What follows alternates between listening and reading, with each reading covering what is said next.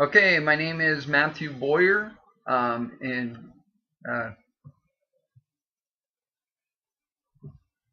and my subject that I chose, or the question that I chose on chapter 2, is how we can misuse and use schemas when communicating with others, and how it affects communication. So, communicators retrieve schemas from memory. Okay, and that's from chapter 2. And as we go through life, we continue to perceive new info that helps us structure and understand different situations. So as we go through life, we gather information and we organize information and structure it in a way that it fits our perception of that certain schema. So, for example, um, when I was younger, I was uh, had a situation when I was a little kid. I had night terrors and I was attacked by something. Now, some people's schemas about that would be that, okay, well, he's full of it. I don't believe that those things actually happen, and night terrors are all in our mind and they're not real, anyways. Okay, so um, for example, later in life, my schema about that, when people would say that, basically call me a liar, and the night terrors are all in my mind. When lights would go off by themselves, lights would flicker, I would be dead asleep, and then something would actually grab my body and shake me awake. And before I went to sleep, all the lights were on, and then when I woke up, all the lights were off. Okay, that's kind of weird. And how I built my schema around that was because of those things happening, waking up, feeling something choking me around my neck, actually being paralyzed with fear, is what created my schema about ghosts and whether they're real and demons and different perceptions of that kind of phenomenon in the paranormal. Now, as I've gotten older, my perceptions have changed quite dramatically. In I would see ghost hunting on TV, and I would go, my schemas were those guys were just doing it to be popular. They're trying to get themselves in front of the camera, and how they were misusing the schemas were portraying things that they were saying were real about ghost hunting that wasn't, because I've actually done it and I've actually been attacked, saying that this is what it feels like. And when somebody's really scared, you can tell when they're really scared. For one thing, their eyes get really wide and their muscles tense up, and different body language happens.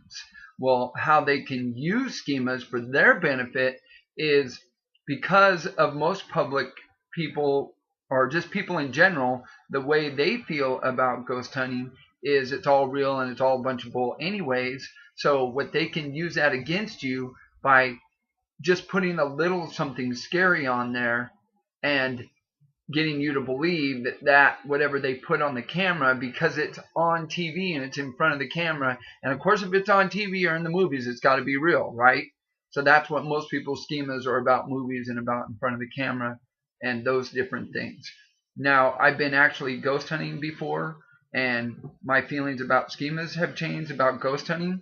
I thought there was a lot of those things that were just bogus, it wasn't true, but because I've used the actual equipment in EVP, electronic voice phenomenon, I've actually hunted for ghosts.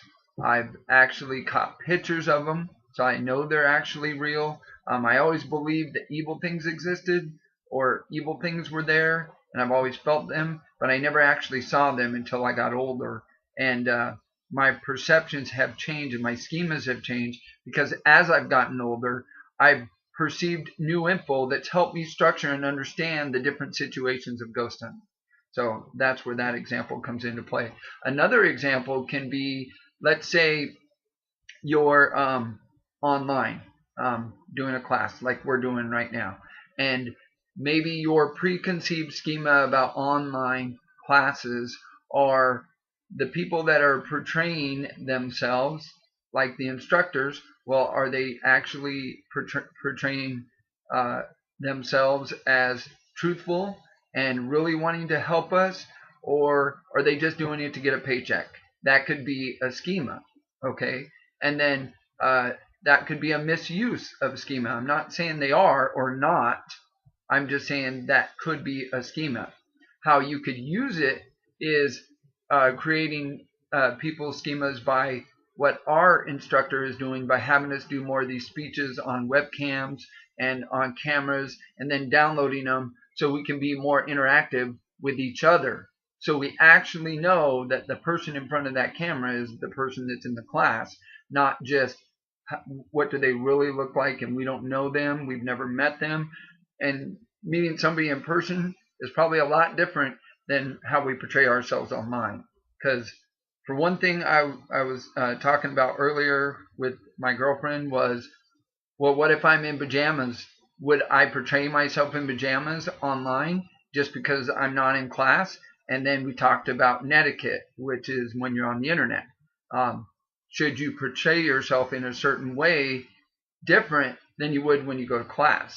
And your schema about that would be, because I'm online, I need to portray myself more relaxed.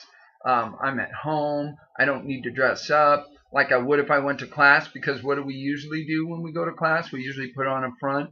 We wear clothes that we wouldn't normally wear at home, or we portray ourselves in a different way that we wouldn't normally portray ourselves. So there's a lot of different things going to affect communication with our schemas and what we perceive to be true or not true, and our past of how we communicate online. And that can be texting, that can be Facebook, that can be a lot of things. If you're on the telephone and you talk to people a lot, even can be totally different than meeting somebody in person. Like I have some classes that are online, and I have some classes where I actually go to class.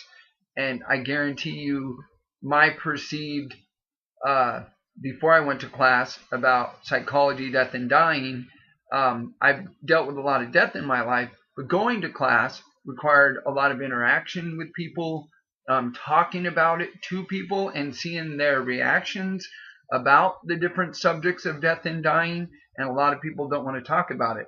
Now online, it would be a lot different because you don't have to feel the person's reaction. You don't really see their reaction because they're just talking to you online, and you're not really interacting.